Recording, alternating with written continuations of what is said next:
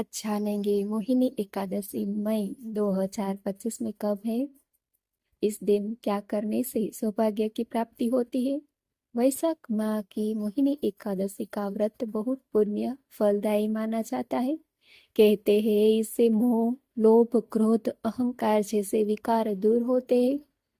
जीवन में सुख की अनुभूति होती है। धर्म और संसार के कल्याण के लिए श्री हरि ने 24 अवतार लिए हैं। इसमें एकमात्र उनका स्त्री अवतार था मोहिनी।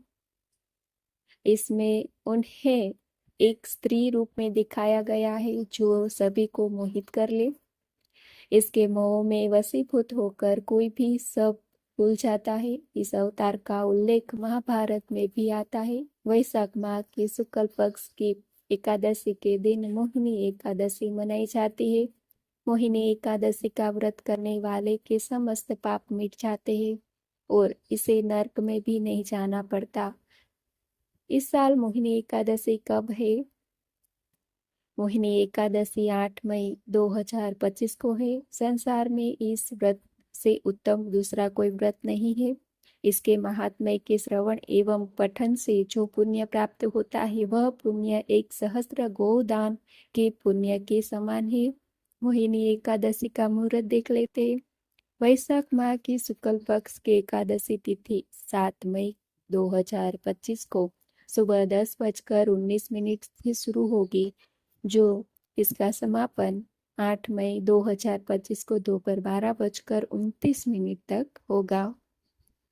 पूजा मुहूर्त होगा सुबह 5:35 से सुबह 7:16 तक। चर होगा सुबह 10:37 से दोपहर 1:59 तक।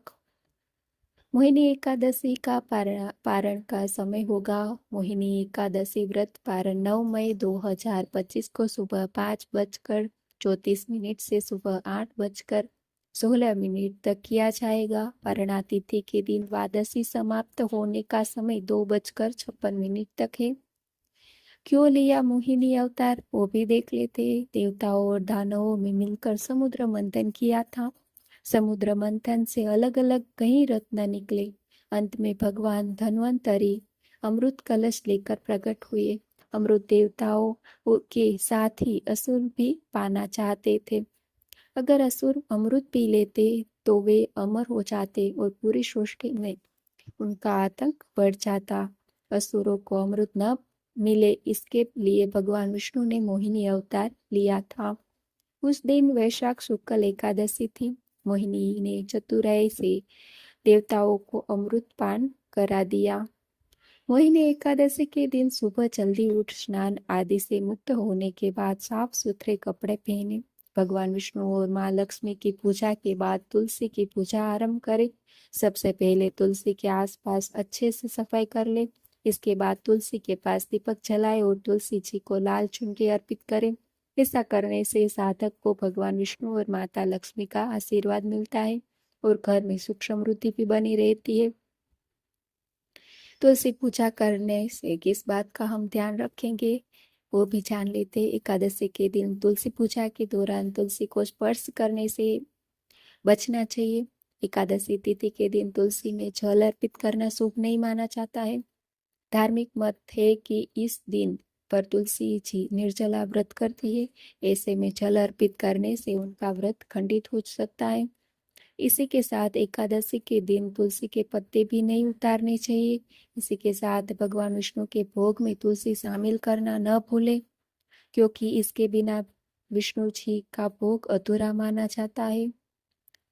मोहिनी एकादशी के दिन भगवान विष्णु को अर्पित कौन सी चीजें कर सकते हैं वो भी जान लेते। मोहिनी एकादशी के दिन विष्णु जी को उनके प्रिय रंग यानी पीले रंग के फूल और वस्त्र अर्पित करें। इसके साथ ही फल और पीली मिठाई भी चढ़ाए। एकादशी की पूजा में तुलसी का पत्ता जरूर रखें। तुलसी के बिना भगवान विष्णु की पूजा अधूरी मानी जाती है। लेकिन ध्यान रखिए कि तुलसी एकादशी के दिन से पहले तोड़कर रख ले, क्योंकि एकादशी के दिन तुलसी को स्पर्श करना भी वर्जित होता है।